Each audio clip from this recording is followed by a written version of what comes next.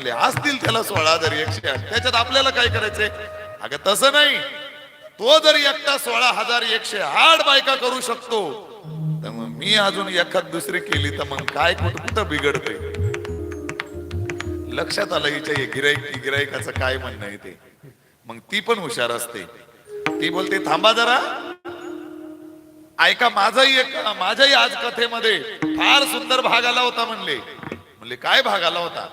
काय नाही म्हणले, एकच द्रौपदी होती आणि तिला 5 पती होते, 5 पती. तो म्हणला ए तेरी भी चूप आणि मेरी भी चूप, बस काही बोलू नको म्हणले.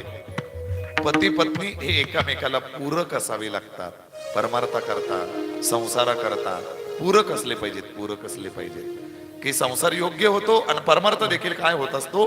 योग्य होत असतो, योग्य होत असतो.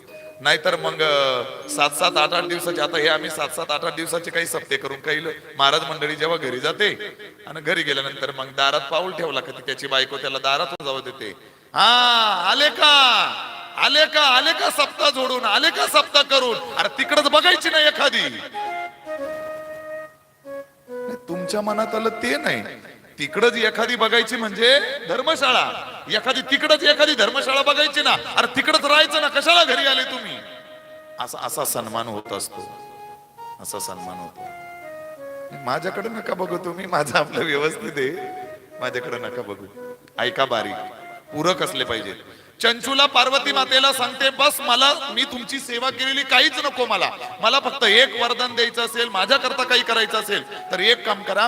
माझा जो पती आहे, बिंदुक नावाचा पती आहे, दुराचारी होता, पापी होता आणि मरण पावल्यानंतर भूत पिसाची योनी त्याला प्राप्त झाले विंध्य पर्वतावर. ते भूत तो पिसाची योनीमध्ये काय करतोय? भटकतोय. ठीक आहे म्हणले, काही हरकत नाही. मग पार्वती मातेने तुंबरूला बोलवलं, तुंबरू, आणि तुंबरूला सांगितलं माहिती ना कशामध्ये प्रमाणे? नारद तुंबरू हो समगायन. तेव्हा त्या तुंबरूला बोलवलं, तुंबरूला ए इकडे ये. काय? त्या विंध्य पर्वतावर भूत पिसाची योनीमध्ये या चंचुलाचा पती अर्थात तो बिंदुक तिथं राहतोय. जा त्याला तिथे स्थिर कर आणि त्याला तिथे शिवकथा ऐकव, शिवकथेचं तिथं गुणगान कर. आणि तू तिथं शिवकथेचं गुणगान केलंस, शिवकथा, शिवमहापुराण कथा त्याला ऐकवलीस का तो आपोआप काय होईल? मुक्त होईल, त्याचं सर्व पाप निवृत्त होईल. आणि मग तू त्याला काय कर?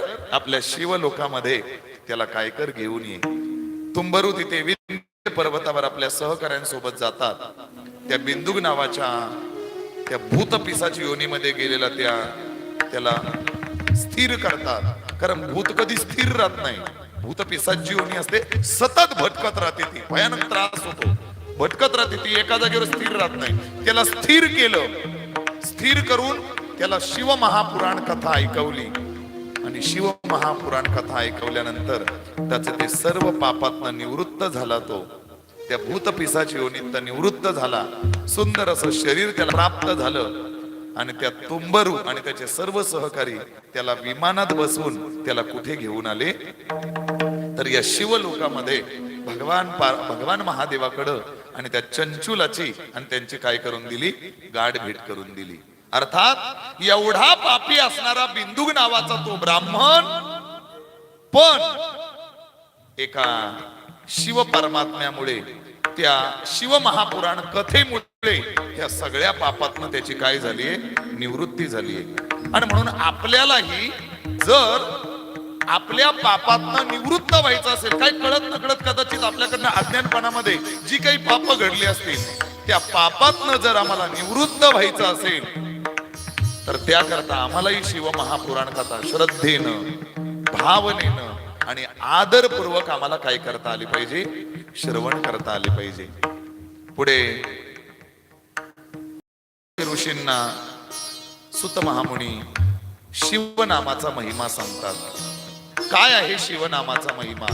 मी 2च प्रमाणाने सिद्ध करतो आणि पुढे जातो. आज मला पार्वती विवाहापर्यंत काय करायचंय? पोहोचायचंय आणि 9:15 डॉट मला थांबायचंय.